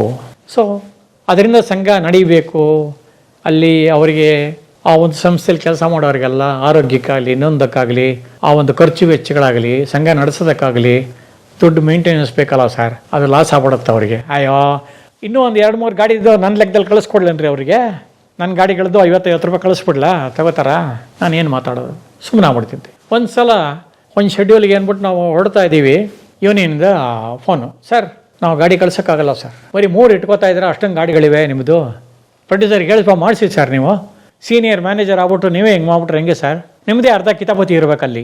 ಇಲ್ಲಪ್ಪ ನಾನು ಹೇಳ್ತಾನೆ ಇದ್ದೀನಿ, ಅವ್ರು ಕೇಳಲ್ಲ, ದುಡ್ಡು ಕೊಡೋರು ಅವ್ರು ತಾನೆ, ಅವ್ರು ಹೇಳ್ದಂಗೆ ತಾನೇ ನಾವು ಕೇಳಬೇಕು. ಏನಿಲ್ಲಿ ಒಂದು ರೂಲ್ಸ್ ಇದೆ, ದಯವಿಟ್ಟು ಮಾಡಿಕೊಡಿ ಸ್ವಾಮಿ ಅಂತ ನಾವು ಇಬ್ಬರಿಗೆ ಬ್ಯಾಲೆನ್ಸಿಂಗ್ ಮಾಡೋ ಅಂಥ ಕೆಲಸನೇ ನಮ್ಮದು ಹೊರತು, ಇಟ್ಕೊಳ್ರಿ ಅಂತ ಪ್ರೊಡ್ಯೂಸರಿಗೆ ರೋಪ್ ಹೊಡಿಯೋಕ್ಕಾಗತ್ತ ನಾವು? ನಮ್ಗೆ ಗೊತ್ತಿಲ್ಲ ಸರ್, ನಾನು ಕಳಿಸಲ್ಲ, ಇನ್ನು 2 ಗಾಡಿ ಇಟ್ಕೊಂಡ್ರೆ ಕಳಿಸೋದು. ನಾನು ತಲೆ ಕೇಳೋಕ್ಕೆಲ್ಲ ಮಾಡಿ ನಾವು ಮಾಡಿ ರಿಕ್ವೆಸ್ಟ್ ಮಾಡಿ, ಸರ್ ಇನ್ನೊಂದು 2 ಇಟ್ಕೊಳ್ಳಿ ಸರ್, ತುಂಬ ನನಗೆ ಭಾಳ ಹಿಂಸೆ ಆಗ್ತಾಯಿದೆ ಯೂನಿಯನ್ನಲ್ಲಿ, ದಯವಿಟ್ಟು ಇಟ್ಕೊಳ್ಳಿ ಸರ್. ಆಯಿತು, 2 ಗಾಡಿ ಹೇಳ್ಬಿಡ ಬಾಟ್ಲಾಗೆ, ಏನು ಗೋಳೆ ನಿಂದು ಒಂದು ಬೈಕೊಂಡ್ರು, 2 ಗಾಡಿ ಶಾಂಕ್ಷನ್ ಮಾಡೋರು. ಆದರೆ ಆ ಟೈಮಲ್ಲಿ ಬೇರೆ ಸಿನಿಮಾಗಳು ಸ್ವಲ್ಪ ಬ್ಯುಸಿಯಾಗಿವೆ. ಏನಾಗುತ್ತೆ, ಈಗ ಒಂದೇ ಸಲ ಸುದೀಪು, ಯಶೋ, ದರ್ಶನ್ನು, ಅಪ್ಪು ಸಾರೋ ಈ ಥರ 4 ದಿಗ್ಗಜರು ನಡೀತಾ ಇತ್ತು ಅಂದರೆ ಮಿನಿಮಮ್ 40 ವೆಹಿಕಲ್ಸ್ ಫಿಕ್ಸ್ ಆಗೋಯ್ತು. ಇನ್ನು ಉಳಿದೈತೆ ಸಣ್ಣ ಪಡೋದಕ್ಕೆ ಅಡ್ಜಸ್ಟ್ ಆಗ್ಬಿಡುತ್ತೆ. ಬಟ್ ಇದು ಹಂಗಾಗ್ತಿರಲಿಲ್ಲ. ಆ ಟೈಮಲ್ಲಿ ಫುಲ್ ಬ್ಯುಸಿ ಇತ್ತು. ಇವ್ರೇನು ಮಾಡ್ರು, ನಾನು ಓಕೆ ಮಾಡಿಸಿ 2 ಎಕ್ಸ್ಟ್ರಾ ಗಾಡಿ 2 ಕಳಿಸಿ ಅನ್ನಿದ್ನಲ್ಲ, ಆ 2 ಗಾಡಿನೇನು ಮಾಡಿದ್ದಾರೆ, ಮೆಂಬರ್ಸ್ನ ಕಳಿಸಿದ್ದಾರೆ, ಮೆಂಬರ್ಸ್. ಬಟ್ ಅವರು ಯೂನಿಯನ್ ಬಿಲ್ಲಲ್ಲೇ ಬಿಲ್ ಹಾಕ್ಕೊಡ್ತಾರೆ, ಅದೇ ಸೇಮ್ ರೇಟ್ ಹಾಕ್ಕೊಡ್ತಾರೆ, ಅವನದೇನೋ ಚಾರ್ಜಸ್ ಇದೆ ₹100 ಅದನ್ನು ಕಟ್ ಮಾಡಿ ಸಂಘಕ್ಕೆ ಕಟ್ಕೋತಾರೆ. ಆದರೆ ಕಳಿಸಿರೋದು ಯಾರನ್ನ? ನಾನ್ ಮೆಂಬರ್ಸ್ನ. ಅವ್ರ ರೈಟ್ ಹ್ಯಾಂಡ್ ಪ್ರತಾಪ್ ಅಂತ ಇದ್ದಾನೆ, ಅವನು ಕರೆದ ಎಲ್ಲರೂ ಎಲ್ಲ ಚೆಕ್ ಮಾಡಿಸ್ದ. ನಿಂದೇನಪ್ಪ ಕಾರ್ಡ್ ನಂಬರು? ಹಾಂ ನಿಂದು ಸರ್ ನಂದು ಕಾರ್ಡ್ ಇನ್ನೂ ಕೊಟ್ಟಿಲ್ಲ ಸರ್. ಇಮಿಡಿಯೇಟ್ ಪ್ರೊಡ್ಯೂಸರ್ ಕರೆದ, ಗಂಗಣ ನೋಡಿ ಇಲ್ಲಿ ಇವರಿಬ್ಬರು ಕಾರ್ಡ್ ಹೋಲ್ಡರ್ಸ್ ಅಲ್ಲ, ಮತ್ತು ಇವರೇನು ನಮ್ಮವ್ರನ್ನೇ ಇಟ್ಕೋಬೇಕು ಅಂತ ಗಲಾಟೆ ಮಾಡೋದು. ಮಂಜಣ್ಣ ಮೀಸೆ ಕೃಷ್ಣ ಅಂತ ಇದ್ದ. ಮೀಸೆ ಕೃಷ್ಣಪ್ಪ, ಹೌದೌದು ಮೀಸೆ ಕೃಷ್ಣಪ್ಪ, ಟಿ ಟಿ. ಹಾಂ ನಾವು ಈಸ್ ನೋ ಮೋರ್. ಹೋಗ್ಬಿಟ್ರಾ? ಹಾಂ ಹೋಗ್ಬಿಟ್ಟ. ಅವನು ಬಿಗಿನಿಂಗಿಂದನೂ ಇದ್ದ ಕಾಸ್ಟ್ಯೂಮ್ಗೆ. ಅವನು ಎಕ್ಸ್ ಸೆಕ್ರೆಟರಿ ಬೇರೆ, ಒಕ್ಕೂಟ ಇದು ಬೇರೆ ಆಗಿದ್ದ, ಅವ್ರ ಸಂಘದಲ್ಲೂ ಪೋಸ್ಟಲ್ಲಿದ್ದ. ಅವನು ಕರೆದೆ, ನೋಡಪ್ಪ ನೀನೇ ಉತ್ತರ ಕೊಡಿದ್ದಕ್ಕೆ, ಇನ್ಯಾರೋ ಇಬ್ಬರನ್ನ ಚೇಂಜ್ ಮಾಡಿ ಇದೇ ಇಬ್ಬರನ್ನ ಬೇರೆ ಎಲ್ಲಿಗಾರ ಕಳಿಸಿ ರೆಗ್ಯುಲರ್ ಕಾರ್ಡ್ ಹೋಲ್ಡರ್ನ ತಾನೇ ಇಲ್ಲಿ ಕಳಿಸ್ಬೇಕು. ನಾನು ಗಲಾಟೆ ಮಾಡಿದ್ದಕ್ಕೋಸ್ಕರ ನಾನು ಪ್ರೊಡ್ಯೂಸರ್ಗೆ ಹೇಳಿ 2 ಎಕ್ಸ್ಟ್ರಾ ಕಾರ್ಡಿಗೆ ಇಟ್ಕೊಂಡ್ರೆ ಅವ್ರನ್ನ ನಾನ್ ಮೆಂಬರ್ಸ್ನ ಕಳಿಸಿರೆ ನಾನು ಯಾಕೆ ಕೊಡಬೇಕು ಅವರಿಗೆ ಆ ಪೇಮೆಂಟು ಅಂತ ಕೇಳ್ತಾ ಇದ್ದಾರೆ. ಏನು ಉತ್ತರ ಕೊಡ್ಬೇಕು? ಈ ನನ್ನ ಮಕ್ಳಿಗೆ ಏನು ಹೇಳಿ ಸರ್, ನಾನು ನನ್ನ ಇಕ್ಕಟ್ಟಲ್ಲಿ ಸಿಕ್ಸ್ತಿರಲ್ಲ ಸರ್ ನೀವು. ನಾನೇನಪ್ಪ ಮಾಡಲಿ, ನೀನೊಬ್ಬ ಡ್ರೈವರ್ ಸಂಘದ ಇವನು ಆದ್ದರಿಂದ ನಾನು ಕೇಳ್ತಾ ಇದ್ದೀನಿ, ನೋಡಿ ಹಿಂಗಾಗಿದೆ ಪ್ರಾಬ್ಲಮ್ಮು. ಕಡೆ ಪ್ರೊಡ್ಯೂಸರ್ ಹತ್ರ ಬಯಸ್ಕೊಂಡು ನಾನು ಅವ್ರಿಬ್ಬರನ್ನ ಆಯ್ತು ಬಿಡಿ ಸರ್, ಇದೊಂದು 5 ದಿವಸ ತಾನೇ ಶೆಡ್ಯೂಲು, ನೆಕ್ಸ್ಟು ನೋಡೋಣ ಬಿಡಿ ಸರ್, ಅದ್ರ ಮೇಲೆ 3 ಮೇಲೆ ಬೇಡ ಅಂತ ಹೇಳೋಣತೆ ಬಿಡಿ ಅಂಥೇಳಿ ಏನೋ ಕಾಂಪ್ರಮೈಸ್ ಮಾಡಿದ್ದಾಗೋಯ್ತು. ಸೊ ಹಾಗೆ ಏನಾಗುತ್ತೆ, ನಾವು ಮಾಡೋಕ್ಕೆ ಹೋದಾಗ ಇಷ್ಟೇ ಜನ ಇರಬೇಕು, ಎಲ್ಲ ಡಿಪಾರ್ಟ್ಮೆಂಟ್ನವರು ಇರಬೇಕು, ನಾವು ಲೆಟ್ರ್ ಕೊಡಬೇಕು, ಇಂತಿಂಥವ್ರು ಈಗ ಪಿಕ್ಚರ್ ಶುರುವಾಗ್ತಾ ಇದೆ, ಕಲಾವಿದರು ಇಂತಿಂಥವ್ರು, ಕಾಸ್ಟ್ಯೂಮರ್ ಇಂಥವನು, ಮೇಕಪ್ ಮ್ಯಾನ್ ಇಂಥವನು, ಪ್ರೊಡಕ್ಷನ್ ಬಾಯ್ಸ್ ಇಂಥವ್ರು, ಡ್ರೈವರ್ಸ್ ಇಂಥವ್ರು, ಆರ್ಟ್ ಡಿಪಾರ್ಟ್ಮೆಂಟ್ ಇಂಥವ್ರು, ಸೆಟ್ ಅಸಿಸ್ಟೆಂಟ್ ಇಂಥವ್ರು, ಎಲ್ಲ ಇನ್ಫಾರ್ಮೇಷನ್ ಬರೆದು ಪ್ರೊಡ್ಯೂಸರ್ ಸೈನು ಹಾಕಿಸಿ ಕೊಡಬೇಕು. ಅವರಲ್ಲಿ ನೋಡ್ತಾರೆ, ನೋಡಿಕೊಳ್ಳಿ ಎಲ್ಲ ಡಿಪಾರ್ಟ್ಮೆಂಟಿಗೆ ಹೋಗುತ್ತೆ. ಹೌದು ಸರ್, ನಮ್ಮ ಇವ್ರನ್ನೇ ಇಟ್ಕೊಂಡಿಲ್ವಲ್ಲ ಸರಿಯಾಗಿ, ಇವರು ಬರೀ ಇಬ್ಬರನ್ನ ಇಟ್ಕೊಂಡಿದ್ದಾರೆ ಪ್ರೊಡಕ್ಷನ್ ಅವ್ರನ್ನ, ನಾವು ಯಾರು ಹೋಗಲ್ಲ ಸರ್, ನಮ್ಮವ್ರು ಮಿನಿಮಮ್ 8 ಜನ ಇರ್ಬೇಕು ಸರ್. ಇದು ಯಾರೋ ಇಬ್ಬರು ಸೆಟ್ನವ್ರು ಇವರಿದ್ದಾರೆ, ಟಿ ವಿ ಅಸೋಸಿಯೇಷನ್ ಇದ್ದಾರೆ, ಇನ್ನೊಂದು ಇವರು ಪ್ರೊಡ್ಯೂಸರ್ ಮನೇಲಿ ಕೆಲಸ ಮಾಡೋ ಹುಡುಗರನ್ನ ಇಟ್ಕೊಂಡ್ಬಿಟ್ಟಿದ್ದಾರೆ ಅವರು ಕ್ಲೀನರ್ ಥರ. ಇದು ಹೆಂಗೆ ಸರ್ ಇದು ಅಂತಾರೆ. ನಮಗೆ ಒಂಥರ ಬಿಸಿ ತುಪ್ಪ, ನುಂಗಂಗಿಲ್ಲ ಉಗುಳಂಗಿಲ್ಲ. ಸೊ ಈ ಜಂಜಾಟಗಳು ಬೇರೆ ಇತ್ತೀಚೆಗೆ ಆಗಿರೋದು. ಸೊ ಇದು ಪ್ಲಸ್ ಈ ಸಡನ್ ಆಗಿ ಕೇಳ್ತಕ್ಕಂಥ ಒಂದು ಅದು ಕೊಡಿ ಇದು ಕೊಡಿ ನಮಗೆ ಬೇಕೇ ಬೇಕು ಅನ್ನೋದು, ಇವೆಲ್ಲದನ್ನು ಬ್ಯಾಲೆನ್ಸ್ ಮಾಡೋದಿದೆಯಲ್ಲ, ಅದು ತುಂಬ ಥರ ರಿಸ್ಕಿ ಜಾಬ್. ಆವಾಗ ಯೌವನ ಇತ್ತು, ಎಂತೆಂಥ ಸಿನಿಮಾಗಳು ಮಾಡಿಬಿಟ್ಟಿದ್ದೀನಿ. ಈಗ ಅಷ್ಟೊಂದು ರಿಸ್ಕ್ ಮಾಡೋಕ್ಕಾಗಲ್ಲ, ಮನೆಯಲ್ಲೂ ಒಪ್ಪಲ್ಲ. ನಿಮ್ಮ ಆರೋಗ್ಯ ಸರಿ ಇಲ್ಲ, ವಯಸ್ಸಾಯಿತು, ಆರಾಮಾಗಿರಿ. ನಿಮಗೆ ಮೊದಲಿಂದನೂ ಆ್ಯಕ್ಟಿಂಗ್ ಹುಚ್ಚಿದೆ, ಅದಕ್ಕೆ ನಾವು ಬೇಡ ಅಂತ ಹೇಳಲ್ಲ. ಅದನ್ನು ಹೈದರಾಬಾದು ಮಡ್ರಾಸು ಅಂದರೆ ಕಳಿಸಲ್ಲ, ಇಲ್ಲೇ ಎಲ್ಲ ಮೈಸೂರು ಮಂಡ್ಯ ಈ ಕಡೆ ಇಲ್ಲೇ ಹೋಗಿ ಬರೋದು, ಲೋಕಲ್ಲು ಅಂದರೆ ಮಾಡ್ಕೊಳ್ಳಿ ಅಂತಾರೆ. ಸೊ ಆ ಒಂದು ಉದ್ದೇಶಕ್ಕೆ ನಾನೇನು ಮಾಡ್ತಾಯಿದ್ದೀನಿ, ಈಗ 6 ವರ್ಷ ಆಗೋಯ್ತು. 6 ವರ್ಷದಿಂದ ಯಾವುದು ಸಿನಿಮಾ ಒಪ್ಕೊಂಡಿಲ್ಲ, ಬರೀ ಮ್ಯಾನೇಜ್ಮೆಂಟ್ ಮಾಡ್ತಾಯಿದ್ದೀನಿ, ಮೀಟಿಂಗ್ಗಳಿಗೆ ಹೋಗ್ತೀನಿ. ಮೀಟಿಂಗ್ ತಪ್ಪಿಸಿದ್ರೆ, ಸರಿಯಾದ ರೀಸನ್ ಕಳಿಸ್ತಿಲ್ಲ ಅಂದರೆ ಫೈನ್ ಹಾಕ್ತಾರೆ, ₹500. ಸೊ ಅದಕ್ಕೆ ಏನು ಮಾಡ್ತಾ ಇದ್ದೀನಿ, ಮೀಟಿಂಗ್ ತಪ್ಪದೇ ಹೋಗ್ತಾ ಇದ್ದೀನಿ. ಆಮೇಲೆ ಯಾರವರು ಎಕ್ಸ್ಪೈರ್ ಆದರು ನಮ್ಮ ಮ್ಯಾನೇಜರ್ಗಳ ಪೈಕಿ ಸುಮಾರು ಜನ ಹೋದರು. 2-3 ವರ್ಷದಲ್ಲಿ ಒಂದು 7-8 ಜನ ಸ್ವರ್ಗಸ್ಥರಾಗಿದ್ದಾರೆ. ಅವರಿಗೆಲ್ಲ ₹1,000 ಕಾಂಟ್ರಿಬ್ಯೂಷನ್ ಕೊಟ್ಟಿದ್ದೀವಿ ಪ್ರತಿಯೊಬ್ಬ ಮ್ಯಾನೇಜರ್ ಕಡೆಯಿಂದ. ಯಾರೋ ರಿಟೈರ್ಡ್ ಆಗ್ತಾರೆ, ಅವ್ರಿಗೆ $1,000 ಸೇರಿಸ್ಕೊಡ್ತೀವಿ. ಈ ಥರ ಕೈಲಾದ ಕೊಟ್ಕೊಂಡು ಬರ್ತಾನೆ ಇದ್ದೀನಿ. ಈ ವರ್ಷನೋ ಮುಂದಿನ ವರ್ಷನೋ ಯಾವಾಗ ರಿಟೈರ್ಮೆಂಟ್ ತಗೋತೀನಿ ನಂಗೆ ಗೊತ್ತಿಲ್ಲ ಪರ್ಮನೆಂಟಾಗಿ. ಸೊ ಆ ಒಂದು ಉದ್ದೇಶದಿಂದ ಯಾರ ಹತ್ರ ನಿಷ್ಠೂರ ಆಗಬಾರ್ದು, ಇರೋ ಹೆಸರು ಹಿಂಗೆ ಉಳಿಸ್ಕೊಂಡು ಹೋಗೋಣ ಅಂತ ಹಾಗೆ ಕಂಟಿನ್ಯೂ ಮಾಡ್ಕೊಂಡು ಹೋಗ್ತಾ ಇದ್ದೀನಿ. इस तरह म्युनिसिपैलिटी का टैक्स भरते भरते तुम्हारा सब कुछ नीलाम हो जाएगा। जानता हूँ, मेरी बीवी तो इतनी नाराज है। ಗಾನಯೋಗಿ ಪಂಚಾಕ್ಷರಿ ಗವಾಯಿ. ಪಂಚಾಕ್ಷರ ಗವಾಯಿ ಸಿನಿಮಾ ಮಾಡಿದ್ನಲ್ಲ, ಆವಾಗ ಹಾಗೆ ನಮ್ಮ ಉದಯ್ ಕುಮಾರ್ ಅವರ ಮೊಮ್ಮಗಳು, ಅವಳನ್ನ ಮದುವೆ ಆಗಿರೋರು, ಅವ್ರ ಯಜಮಾನರು ರೀಸೆಂಟಾಗಿ ಹೋಗ್ಬಿಟ್ರು. ಅವ್ರ ಹೆಸರನ್ನು ಮರ್ತುಬಿಟ್ಟೆ ನಾನು. ಆ ಮನುಷ್ಯ ನನ್ನನ್ನು ಭಾಳ ರಿಕ್ವೆಸ್ಟ್ ಮಾಡಿ ಇದನ್ನು ಒಂದು ಆರ್ಟ್ ಫಿಲ್ಮ್ ಥರ ಮಾಡ್ತಾಯಿದ್ದೀವಿ, ತುಂಬ ಕಡಿಮೆ ಬಜೆಟ್ಟು, ನೀವೇ ಮಾಡಿಕೊಡ್ಬೇಕು, ಬಾದಾಮಿ ಅಲ್ಲೆಲ್ಲ ಶೂಟಿಂಗ್ ಇದೆ, ಬಂದು ಮಾಡ್ಲಿಕ್ಕೆ ನೀವು ಬಾದಾಮಿ ಎಲ್ಲ ಶೂಟಿಂಗ್ ಮಾಡಿದಿರಲ್ಲ, ಅದರಿಂದ ಮಾಡಿಕೊಡ್ಬೇಕು ಅಂದರು. ಸರಿ ಅಂತ ಒಪ್ಕೊಂಡು ಅವ್ರೇನು ಮಾಡಿದ್ರು, ಒಂದು ಇಬ್ಬರನ್ನ ಅವರ ಸೀರಿಯಲ್ ಮಾಡೋ ಹುಡುಗರನ್ನ ಕರ್ಕೊಂಬಂದ್ಬಿಟ್ರು ಪ್ರೊಡಕ್ಷನ್ನಿಗೆ. ಇನ್ನಿಬ್ಬರು ಮಾತ್ರ ನಮ್ಮವ್ರನ್ನ ಇಟ್ಕೊಳ್ಳಿ ಅಂದರು. ಇವ್ರು ಯಾರೂ ಒಪ್ತಾ ಇಲ್ಲ. ನಾವು ಇಬ್ಬರೆಲ್ಲ ಬರೋಕ್ಕಾಗಲ್ಲ ಸರ್, ಮಿನಿಮಮ್ 5 ಜನ ಬರ್ತೀವಿ ನಾವು. ಅವರು ಒಪ್ತಾ ಇಲ್ಲ, ಇವ್ರು ಬಿಡ್ತಾ ಇಲ್ಲ. ಸರಿ ಇದೊಂಥರ ಎಕ್ಸ್ಪೆರಿಮೆಂಟಲ್ ಪಿಕ್ಚರ್ ಅಪ್ಪ ಇದು, ಅವರೇ ಇಬ್ಬರು ಮಾಡ್ಕೊಳ್ಳಿ, ಬಿಟ್ಬಿಡು ಅತ್ಲಾಗೆ, ಅದೊಂದು ಡಿಪಾರ್ಟ್ಮೆಂಟ್ ಹೋದ್ರೋಗ್ಲಿ ಅಂತ ಏನೇನೋ ಕನ್ವಿನ್ಸ್ ಮಾಡಿ ಆ ಡಿಪಾರ್ಟ್ಮೆಂಟಿಗೆ ಮಾತ್ರ ಒಂದು ಇಬ್ಬರನ್ನ ತಗೊಂಡು ಒಂದೇ ಒಂದು ಗಾಡಿ ತೊಗೊಂಡು ಏನೇನೋ ಮಾಡಿ ಎಲ್ಲರನ್ನೂ ಬ್ಯಾಲೆನ್ಸ್ ಮಾಡಿ ಕಳಿಸ್ಕೊಟ್ರೆ ಅಲ್ಲಿ ಗಲಾಟೆಗಳು ಸಂಘದಿಂದ. ನನಗೆ ಶೂಟಿಂಗ್ ನಡೀತಾ ಇದೆಯಂತೆ, ಮಂಜೇನವರು ಸೀನಿಯರ್ ಹ್ಯಾಂಡ್, ನಮ್ಮವ್ರನ್ನ ಯಾರನ್ನೂ ಇಟ್ಕೊಂಡಿಲ್ಲ, ಪ್ರೊಡ್ಯೂಸರ್ ಕೊಡಲ್ಲ ಅಂತಾರೆ, ಇವರು ಬಿಡಲ್ಲ ಅಂತಾರೆ. ಕಡೆಗೆ ಮೈಸೂರಿಂದ ಇಬ್ಬರು ಹುಡುಗನ ಕರೆಸ್ದೆ, ಭಾರಿ ತಲೆ ತಿನ್ಬಿಟ್ಟು ಪ್ರೊಡ್ಯೂಸರ್ಗೆ, ಇನ್ನಿಬ್ಬರನ್ನ ಕರೆಸ್ತೀನಿ ಸರ್, ಸಂಘಕ್ಕೆ ಅದು ಏನು ಕೊಡಬೇಕು ಕಳಿಸ್ಬಿಡಿ ಸರ್ ಅಂತ. ಆಮೇಲೆ ಒಬ್ಬರು ಹೆಡ್ ಇಷ್ಟು ಅಂತ ಸಂಘಕ್ಕೆ ಕೊಟ್ಟಿದ್ದಾಯಿತು. ಸೊ ಯಾವುದೋ ಒಂದು ಡಿಪಾರ್ಟ್ಮೆಂಟ್ ಆ ಥರ ಆಯಿತು. ಆ ಥರ ಡ್ರೈವರ್ಸು ಸರ್ ನಮ್ದು ಯಾಕೆ ಇಟ್ಕೊಂಡಿಲ್ಲ, ನಮ್ಮ ಗಾಡಿ ವಾಪಸ್ ತಗೋತೀವಿ ಪ್ರೊಡಕ್ಷನ್ ಬಾಯ್ಸ್ ಏನು ಮಾಡ್ತಾರೆ, ಸರ್ ನಮ್ಮ ಪ್ರೊಡಕ್ಷನ್ ಗಾಡಿ ಇಲ್ಲ ಅಂದ್ರೆ ನಾವು ಆಗಲ್ಲ ಸರ್, ನೀವು ಕೂಡ ಯಾವುದೋ ಗಾಡಿನಲ್ಲಿ ನಾವು ತರೋಕ್ಕಾಗಲ್ಲ, ನಮ್ಮ ಜೊತೆ ಕೆಲಸ ಮಾಡೋರು ಕರೆಕ್ಟಾಗಿರೋರೆ ಯೂನಿಯನ್ನವರೇ ಬೇಕು ಸರ್ ಅಂತ ಅವ್ರು ಅಂತಾರೆ. ಯೂನಿಯನ್ನವರಿಗೆ ರೆಸ್ಪಾನ್ಸಿಬಿಲಿಟಿ ಇರುತ್ತೆ, ಕೆಲಸ ಕರೆಕ್ಟಾಗಿ ಮಾಡ್ಕೊಂಡು ಹೋಗ್ತಾರೋ, ಇಟ್ಕೊಳ್ಳೋದು ತಪ್ಪು ಅಂತ ನಾನು ಹೇಳ್ತಾ ಇಲ್ಲ. ಯಾವುದೋ ಒಂದು 100ರಲ್ಲಿ 1 ಈ ಥರದ ಕೇಸ್ ಬಂದಾಗ ಅವ್ರು ಸ್ವಲ್ಪ ಲಿಬರಲ್ ಆಗಿ ಆಯ್ತು ಮಾಡ್ಕೊಳ್ಳೇ ಬಿಡ್ರಿ. 250ರಿಂದ 300 ಸಿನಿಮಾ ಆಗ್ತಾ ಇದೆ ಅಂದರೆ ಅದರಲ್ಲಿ ಒಕ್ಕೂಟಕ್ಕೆ ಸಂಬಂಧಪಟ್ಟಿದ್ದು 150 ಆಗ್ತಾ ಇರೋದು. ಇನ್ನು 150 ಹೇಳ್ದೆ ಕೇಳದೆ ಆಗಿ ನಡೀತಾವೆ. ಇಡೀ ಜಾಗದಲ್ಲಿ ಹಿಡಿದು ಚೇಂಜ್ ಮಾಡ್ತಾ ಇದ್ದಾರೆ, ಗೊತ್ತಿಲ್ಲದೆ ಆಗವು ನಡೀತಾನೆ ಇವೆ. ದಬ್ಬಾಳಿಕೆ ಮಾಡ್ರಿ, ನಾವು ಮಾಡ್ಕೊತೀವಿ, ಅದೇನು ಮಾಡ್ತೀರಾ ಮಾಡ್ರಿ ಅನ್ನೋರು ಇದ್ದಾರೆ. ಏನು ಮಾಡೋಕ್ಕಾಗಲ್ಲ, ಯಾರನ್ನ ಬೇಕಾದ್ರೂ ಇಟ್ಕೋಬೋದು ಅಂತಕ್ಕಂಥ ಒಂದು ಪಾಯಿಂಟ್ ಬಂದ ಮೇಲೆ ಸುಪ್ರೀಂ ಕೋರ್ಟಿಂದ ಲೇಬರ್ಸ್ನ ಅದು ನಡ್ಕೊಂಡು ಹೋಗ್ತಾ ಇದೆ ಈಗ. ಸೊ ಈ ಒಂದು ಏನೇನು ಈ ಯೂನಿಯನ್ ಜಂಜಾಟಗಳಿದೆ, ಇದ್ರ ಮಧ್ಯ ನಾನು ಸಿನಿಮಾ ಮಾಡೋದು ಅಷ್ಟು ಉಚಿತ ಅಲ್ಲ ಇದು ಅಂತ ಏನು ಮಾಡ್ಬಿಟ್ಟಿದ್ದೀನಿ, ನಿಲ್ಲಿಸ್ಬಿಟ್ಟಿದ್ದೀನಿ. ಕೆಲವರು ಫೋನ್ ಮಾಡ್ತಾರೆ, ಸರ್ ನಿಮ್ಮ ಹೆಸರು ಹಾಕೋತೀವಿ, ನಿಮ್ಮ ಹುಡುಗನ ಕಳಿಸ್ಕೊಡಿ, ಏನೋ ನಿಮ್ಗೊಂದು ಗೌರವಧನ ಅಂತಲೂ ಸಿಗುತ್ತೆ, ಪಾಪ ಕೆಲಸ ಇಲ್ಲ ಅಂತೀರಾ, ಮಾಡಿ ಅಂತ. ಅಲ್ಲಿ ನಾಳೆ ಏನೋ ಹೆಚ್ಚು ಕಮ್ಮಿ ಆಯಿತು, ಬಿಲ್ಲಲ್ಲಿ ರಾಂಗ್ ಆಯಿತು, ಅಥವಾ ಏನೋ ಒಂಚೂರು ಗೋಲ್ಮಾಲ್ ಆಯಿತು, ಅವಾಗ ಯಾರಿಗೆ ಕೆಟ್ಟ ಹೆಸರು, ಇಷ್ಟು ವರ್ಷ ಉಳಿಸ್ಕೊಂಡ್ರು ಹೆಸರನ್ನ ಕೆಡಿಸ್ಕೊಳ್ಳೋಕೆ ನನಗೆ ಇಷ್ಟ ಇಲ್ಲ. ಈಗ ಒಂದು 2 ತಿಂಗಳ ಕೆಳಗೆ ಒಬ್ಬರು ಫೋನ್ ಮಾಡಿದ್ರು, ಒಂದು ಆರ್ಟ್ ಫಿಲಮ್ ಮಾಡ್ತಾ ಇದೀವಿ ಸರ್, ಬರೀ 20 ದಿವಸ ನೀವೇ ಬೇಕು ಸರ್. ಎಲ್ಲಪ್ಪ, ಆ ಕಡೆ ಬಿಜಾಪುರ ಸೈಡ್ ಸರ್, ದಯವಿಟ್ಟು ಬಿಟ್ಬಿಡಿ ಸ್ವಾಮಿ, ನಾನು ಬರಲ್ಲ ಅಲ್ಲಿಗೆಲ್ಲ, ಕಳಿಸಲ್ಲ. ಸೊ ಏನೇ ಒಂದು ಮಾಡೋಣ ಅಂತ ಹೊರಟ್ರು ಕೂಡ ಅಲ್ಲಿ ಒಂದು ಅಡಚಣೆ, ತೊಂದರೆ. ಅದಕ್ಕೋಸ್ಕರ ಇದು ಬೇಡ, ಆರಾಮಾಗಿ ಪಾತ್ರ ಮಾಡ್ಕೊಂಡಿರೋಣ ಅಂದ್ಬಿಟ್ಟು ಬರೀ ಪಾತ್ರಗಳು ಮಾತ್ರ ಮಾಡ್ತಾ ಇದ್ದೀನಿ, ಇದ್ರ ಮೇಲೆ ಕಾನ್ಸಂಟ್ರೇಟ್ ಮಾಡಿಲ್ಲ. ಬಟ್ ನಾನು ಒಂದೇ ಒಂದು ತಪ್ಪು ಎಲ್ಲಿ ಮಾಡಿದೆ ಅಂದರೆ, ನಾನು 45 ವರ್ಷದ ಕೆಳಗೇನೆ ಪೆಪ್ಸಿ ಅಂತ ಇದೆ ಮದ್ರಾಸಲ್ಲಿ, ಅದು ದೊಡ್ಡ ಯೂನಿಯನ್, ಅದು ಪೆಪ್ಸಿ. ಕುಡಿಯೋ ಪೆಪ್ಸಿ ಅಲ್ಲ. ಹಾಂ, ಆ ಪೆಪ್ಸಿ ಯೂನಿಯನ್ನಲ್ಲಿ ನಾನು ಮೆಂಬರ್. ಇವತ್ತು ನಾನು ಕಂಟಿನ್ಯೂ ಮಾಡಿದರೆ ನನ್ನ ಮೆಂಬರ್ಶಿಪ್ ನಂಬರ್ 8-10 ಇರ್ತಿತ್ತು. ಆವಾಗ ಶುರು ಮಾಡಿದಾಗ ನಾನು 800 ಚಿಲ್ಡ್ರನ್ ನಂಬರು, ಅಷ್ಟು ಸೀನಿಯರ್ ನಾನು ಅಲ್ಲಿ. ಇಲ್ಲಾದರೆ ನಮ್ಮ ಸಂಘದಲ್ಲಿ ಈಗ 350 ರೂಪಾಯಿ ಮಾಡಿದ್ದಾರೆ ಕಳೆದ ತಿಂಗಳಿಂದ ಫೀಸ್. ಆಲ್ಮೋಸ್ಟ್ 4,000 ರೂಪಾಯಿ ಆಯ್ತು ವರ್ಷಕ್ಕೆ ಹತ್ತತ್ರ.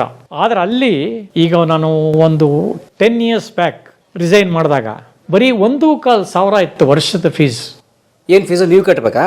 ಹಾಂ, 1,400 1 ವರ್ಷದ ಫೀಸ್ ಪೆಪ್ಸಿನಲ್ಲಿ ಮದ್ರಾಸ್. ಅವ್ರ ಕಂಡೀಷನ್ ಏನು, ನೀವು ಕರ್ನಾಟಕದಲ್ಲೂ ಮೆಂಬರ್ ಆಗಿದ್ದೀರಾ, ಇಲ್ಲೂ ಮೆಂಬರ್ ಆಗಿದ್ದೀರಾ, ನಿಮಗೆ ಪ್ರತಿ ಸೆಕೆಂಡ್ ಸಂಡೇ ಬನ್ನಿ ಅಂತ ನಾವು ಹೇಳೋಕ್ಕಾಗಲ್ಲ, ಯಾಕೆಂದರೆ ಅಲ್ಲೂ ನೀವು ಮೀಟಿಂಗ್ ಅಟೆಂಡ್ ಮಾಡಬೇಕು. 2 ವರ್ಷಕ್ಕೊಂದ್ಸಲ ಆಗೋ ಎಲೆಕ್ಷನ್ ಮಾತ್ರ ನೀವು ಬರಲೇಬೇಕು, ವೋಟ್ ಹಾಕಲೇಬೇಕು, ಏನಿದೆ ಬ್ಯಾಲೆನ್ಸ್ ಕಟ್ಬಿಟ್ಟು ಹೋಗಲೇಬೇಕು. ಸರಿ ಆಯಿತು ಅಂದೆ, ಹೋಗಿ ಬಂದು ಮಾಡ್ತಾ ಇದ್ದೆ, ವೋಟ್ಗಳು ಆಗ್ತಾ ಇದೆ, ಎಲ್ಲ ಆಯಿತು. ಈಗ 10 years 8 years ಬ್ಯಾಕೋ ನಂಗೆ ಸರಿಯಾಗಿ ಜ್ಞಾಪಕ ಇಲ್ಲ, ರಮೇಶ್ ಬಾಬು ಅಂತ ಒಬ್ಬ, now he is no more, production manager. ನನ್ನ CBI ಶಂಕರ್ ಸಾಂಗ್ಲಿ ಅನ್ನಕ್ಕೆಲ್ಲ ನನಗೆ ಅವನೇ ಜೊತೆಲಿದ್ದವನು, ಅಷ್ಟಂತಂತ ಹೇಳೋಕ್ಕಾಗಲ್ಲ, ಅವನು ಒಬ್ಬ ಮ್ಯಾನೇಜರೇ, ಹಂಗಾಗಿ ಜೊತೆಲಿ ಇಟ್ಕೊಂಡಿದ್ದೆ. ಸೊ ಅವನು ಮತ್ತು ಇನ್ನೊಬ್ಬ ಶಿವಕುಮಾರ್ ಅಂತೀಯಾರ ಅವರು, ಇನ್ನೊಬ್ಬರು ಬೇರೆದಾರ ಅಂತ ಇದ್ದರು, ರಿಟೈರ್ಡ್ ಆದರವರು, ಅವರು, ಈ ಥರ ಒಂದು 4-5 ಜನ, ಒಟ್ಟು ನಾವು ಬಹುಶಃ 11 ಜನ ಅಂತ ಕಾಣುತ್ತೆ ಅಲ್ಲಿ ಪೆಪ್ಸಿಲ್ ಮೆಂಬರ್ ಆಗಿದ್ದವರು ಚೆನ್ನೈನಲ್ಲಿ. ಅದು ಮಾಡ್ರೆ ನಾವು ಆಲ್ ಓವರ್ ಇಂಡಿಯಾ ಎಲ್ಲಿ ಬೇಕಾದ್ರೂ ಕೆಲಸ ಮಾಡ್ಬೋದು, ಎನಿ ಲ್ಯಾಂಗ್ವೇಜ್. ಸೊ ಅವ್ರೇನು ಮಾಡಿದ್ರು, ನನಗೆ ಫೋರ್ಸ್ ಮಾಡಿ 1,00,000 ರೂಪಾಯಿ ಕಾಂಪನ್ಸೇಷನ್ ರಿಟೈರ್ಮೆಂಟ್ಗೆ ವಿತ್ ಕಪಾಲಿ ಉಂಗುರ, ಶಾಲು, ಸನ್ಮಾನ ಇಟ್ಕೊಂಡು ಏನು ಮಾಡೋದು, ಹೋಗೋದು, ಒದ್ದಾಡೋದು, ಅಲ್ಲಿ ಕಟ್ಟೋದು, ಎಡೆ ಇಟ್ಕೊಂಡು ಏನು ಮಾಡ್ತೀಯ, ಇಲ್ಲೂ ಎಲ್ಲ ಫೆಸಿಲಿಟಿ ಕೊಡ್ತಾ ಇದ್ದಾರಲ್ಲ ನಮ್ಮ ಸಂಘದಲ್ಲೂ, ಸರ್ಕಾರದಿಂದ ಸ್ಕಾಲರ್ಶಿಪ್ ಬರುತ್ತಲ್ಲ ಮಕ್ಕಳಿಗೆಲ್ಲ, ಮೆಡಿಕಲ್ ಎಲ್ಲ ಇದೆಯಲ್ಲ, ಯಾಕೆ ಒದ್ದಾಡ್ತೀಯ ಅಂದ್ಬಿಟ್ಟು ಬಲವಂತವಾಗಿ ನನ್ನ ಹತ್ರ ಅವರು 1-2 ರಿಸೈನಿಗೆ ಬರ್ಕೊಟ್ರು, ನಾನು ಬರ್ಕೊಟ್ಬಿಟ್ಟೆ. ನಾನು ರಿಸಿಗ್ನೇಷನ್ ಕೊಡೋ ದಿನವೇ ಒಬ್ಬ ಎದ್ದು ನಿಂತ್ಕೊಂಡು ಮಾತಾಡ್ದ, 1,00,000 ரொம்ப ಕಮ್ಮಿಯಾವ್ರದು, ಅಟ್ಲೀಸ್ಟ್ 250,000 ಜಾಸ್ತಿ ಪಣ್ಣೋಣ ಅಂತ. ಅವನು ಜಾಸ್ತಿ ಮಾಡಿ 5,000 ಕಮ್ಮಿ ಆಯ್ತಿದ್ದು ಅಂತ. அடுத்த ಮೀಟಿಂಗ್ಲೇ ಡಿಸೈಡ್ ಮಾಡಲಾ ಅಂದರು ಅವ್ರು, ನೆಕ್ಸ್ಟ್ ಮೀಟಿಂಗಲ್ಲಿ ಮಾತಾಡೋಣ. ಅದೇ ಥರ ಆಗೋಯ್ತು, ಒಂದೇ ತಿಂಗಳಲ್ಲಿ 50,000 ರೂಪಾಯಿ. ಅದು ಇವತ್ತಿಗೆ 6 ಲಕ್ಷನೋ 7 ಲಕ್ಷನೋ ಕೊಡ್ತಾ ಇದ್ದಾರಲ್ಲಿ ರಿಟೈರ್ಮೆಂಟ್ಗೆ, ಮ್ಯಾನೇಜರ್ಗೆ.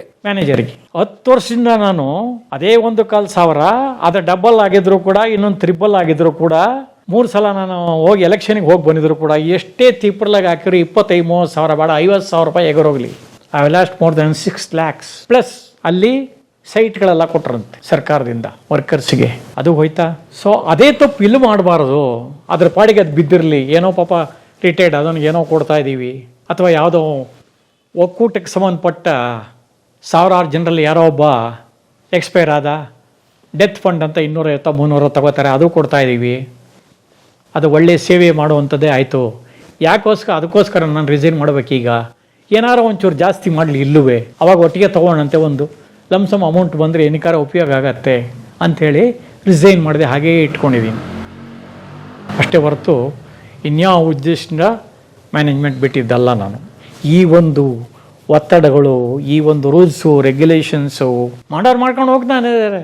4-5 ಸಿನಿಮಾ ಮಾಡೋರು ಮಾಡ್ತಾ ಇದ್ದಾರೆ, ಹೆಸರು ಹಾಕೊಂಡು ಇನ್ನೊಬ್ಬನ ಕಳಿಸ್ಕೊಡ್ತಾರೆ, ಇನ್ನೇನೋ ಮಾಡ್ತಾರೆ, ನಡ್ಕೊಂಡು ಹೋಗ್ತಾ ಇದೆ, ಮಾಡಲಿ, ಸಂತೋಷ. ಇಲ್ಲಿ ರಿಟೈರ್ ಆದರೆ ಎಷ್ಟು ಕೊಡ್ತಾರೆ? ಅದೇ ಈಗ ಬಹುಶಃ ನಮಗೆ 3 ಚಿಲ್ಲರೆ ಬರ್ಬೋದೇನೋ. 3 ಲಕ್ಷ. ಸೈಟ್ ಕೊಡಲ್ಲ? 5ಕ್ಕೆ ರೀಚ್ ಆಗಿಲ್ಲ ಇನ್ನು. ಸೈಟ್ ಕೊಡೋದಿಲ್ಲ? ಸೈಟ್ ಎಲ್ಲ ಏನಿಲ್ಲ, ಎಲ್ಲ ಪ್ಲ್ಯಾನಿಂಗ್ ಆಯಿತು. ಅಂಬರೀಷ್ ಇದ್ದಾಗಲೂ ಬಂದು ಎಲ್ಲ ಮಾತಾಡಿ ಮಾಡಿಕೊಡ್ತೀನಿ ಕಣೋ ಅಂತಂದರು. ಅಲ್ಲೆಲ್ಲೋ ಬಿಡದಿ ಹತ್ರ ಇದೆ ಅಂತಂದರು, ಅಲ್ಲಿ ಮಾಡಿಸ್ಕೊಡ್ತೀನಿ ಅಂದರು. ಆಮೇಲೆ ಅದೇನೋ ಸಿಂಗಲ್ ಬೆಡ್ರೂಮ್ ಹೌಸ್ಗಳು ಪ್ಲ್ಯಾನ್ ಮಾಡ್ತಾಯಿದ್ದೀವಿ, ಅದನ್ನಾರು ಕೊಡಿಸ್ತೀನಿ ಅಂದರು. ಎಲ್ಲ ಅದೇನು ಹಿಂಗೆ ಆಯಿತು, ಅಷ್ಟೊತ್ತಿಗೆ ಅವರೇ ಹೋಗ್ಬಿಟ್ರಲ್ಲ. ಸೊ ಹಾಗಾಗಿ ಯಾರೂ ಅಷ್ಟು ಸೀರಿಯಸ್ ಆಗಿ ಸೈಟ್ ಬಗ್ಗೆ ಆಗಲಿ ಅಥವಾ ಇನ್ನೊಂದ್ರ ಬಗ್ಗೆ ಆಗಲಿ, ಬಟ್ ಪ್ಲ್ಯಾನಿಂಗ್ಗಳು ನಡೀತಾ ಇದೆ, ಏನಾರು ಮಾಡಬೇಕು ಅಂತ. ಆಯ್ತಾ? ಆಯ್ತು ಸರ್. Very good. ತಗೊಳ್ಳೆ. ಅಯ್ಯೋ, ಈ ಸಣ್ಣ ಕೆಲ್ಸಕ್ಕಿದೆಲ್ಲ ಯಾಕೆ ಸರ್? ಸಣ್ಣ ಬಿಡ್ತು ಅಂತಲ್ಲ, ಕೆಲಸ ಆದ್ಮೇಲೆ ಕೆಲಸ. ನಿನ್ನೆ 40 ವರ್ಷದ ಕಾರ್ಮಿಕರ, ಕಲಾವಿದರ, ತಂತ್ರಜ್ಞರ ಒಕ್ಕೂಟದ ಸಮಾರಂಭ ಇತ್ತು. ಅದರಲ್ಲಿ ಎಲ್ಲ ದಿಗ್ಗಜರನ್ನು ಕರೆದು ಸನ್ಮಾನಗಳನ್ನು ಮಾಡಿದ್ರು. ಆವಾಗ ಸಾರಾ ಗೋವಿಂದು ಅವರು, ಜೈಮಾಲ ಅವರು, ಲೇಬರ್ ಕಮಿಷನರು, ಭಾಳಷ್ಟು ಜನ ಅವರು ಆಶ್ವಾಸನೆ ಕೊಟ್ಟಿದ್ದಾರೆ. ಏನು, ಒಂದು ಇಂಡಸ್ಟ್ರಿಗೆ ಸಂಬಂಧಪಟ್ಟಂಗೆ ನಾವು ಸರ್ಕಾರದಿಂದ ಏನಾರು ಒಂದು ಒಳ್ಳೊಳ್ಳೆ ಕೆಲಸಗಳನ್ನು ಖಂಡಿತ ಮಾಡಿಕೊಡ್ತೀವಿ, ಎಲ್ಲ ಕಲಾವಿದರಿಗೂ, ಸಹ ಕಲಾವಿದರು ಹಾಗೂ ಈ ಟೆಕ್ನಿಷಿಯನ್ಸ್ ಮತ್ತು ಇವರು ಏನಿದ್ದಾರೆ ಪ್ರೊಡಕ್ಷನ್ನವರಾಗಲಿ ಇನ್ನೊಬ್ಬರಾಗಲಿ ಎಲ್ರಿಗೂ ಹೆಲ್ಪ್ ಆಗುವಂಥ ಕೆಲವು ಕೆಲಸಗಳನ್ನು ನಾವು ಮಾಡ್ತೀವಿ. ಹಾಗೂ ಆಯುಷ್ಮಾನ್ ಭಾರತ್ ಅವೆಲ್ಲ ಯೋಜನೆಗಳೇನೋ ಸೇರಿಸ್ಬೇಕು, ಅದನ್ನು ಸಂಘ ಅಂತ ಮಾಡ್ಕೊಂಡು ಅಂತೇನೋ ಇದೆಯಂತೆ. ಸೊ ಅದನ್ನೆಲ್ಲ ಮಾಡಿಸ್ಕೊಡ್ತೀವಿ ಅಂತ ಮೊನ್ನೆ ಆಶ್ವಾಸನೆ ಕೊಟ್ಟಿದ್ದಾರೆ. ಆಮೇಲೆ ನಮ್ಮ ಈ ಒಂದು ಸಂಘವನ್ನು ನಾವು ಏನು ಬಿಲ್ಡಿಂಗ್ ಇದೆ ಅದು ನಾವು ಇನ್ನೂ ಬಾಡಿಗೆನಲ್ಲೇ ಇರೋದೀಗ ಆ ಜಾಗ, ಅದನ್ನು ಒಂದು ಲೀಸಿಗೆ ಹಾಕಿಸೋ ಪ್ರಯತ್ನಗಳು ನಡೀತಾ ಇದೆ. ಸೊ ಅಟ್ಲೀಸ್ಟು ಒಂದು ಲೀಸ್ ಅಂತ ಹಾಕ್ಕೊಂಡ್ರವಾಗ ನಮ್ಮದು ಒಂದು 30 ವರ್ಷ ಯೋಚನೆ ಇಲ್ಲ ಅಂತ, ಈ ಥರ ಕೆಲವು ಒಳ್ಳೆಯ ಯೋಚನೆಗಳನ್ನು ಪ್ಲ್ಯಾನ್ ಮಾಡ್ತಾ ಇದ್ದಾರೆ. ಅದು ನಡ್ಕೊಂಡು ಹೋಗ್ತಾ ಇದೆ, ನೋಡ್ಬೇಕು ಏನಾಗುತ್ತೆ ಅಂತ. ಆ ಉದ್ದೇಶದಲ್ಲೇ ನಾನು ಯಾವುದೂ ಇತ್ತೀಚೆಗೆ ಒಪ್ಕೋತಾ ಇಲ್ಲ, ಮಾಡಲೇಬಾರ್ದು ಅಂತೇನಿಲ್ಲ. ಈ ಥರ ಸಣ್ಣ ಪುಟ್ಟದು ಮಾಡೋಕ್ಕೋಗಿ ನಾನು ಸುಮಾರು ಕೈ ಕೆಸ್ಕೊಂಡಿದ್ದೀನಿ. ಅಯ್ಯೋ ನಮ್ಮವರಲ್ವಾ, ಹೆಲ್ಪ್ ಮಾಡೋಣ, ಆರ್ಟ್ ಫಿಲಮ್ ಮಾಡ್ತಾ ಇದ್ದಾರೆ, ಇನ್ನೊಂದು ಮಾಡ್ತಾ ಇದ್ದಾರೆ, ಅವ್ರ ಕೆಪಾಸಿಟಿನೇ ಇಲ್ಲ ಅಂದರೆ ನಾವೇನು ಮಾಡೋಕ್ಕಾಗತ್ತೆ. ಈಗ ಅವರು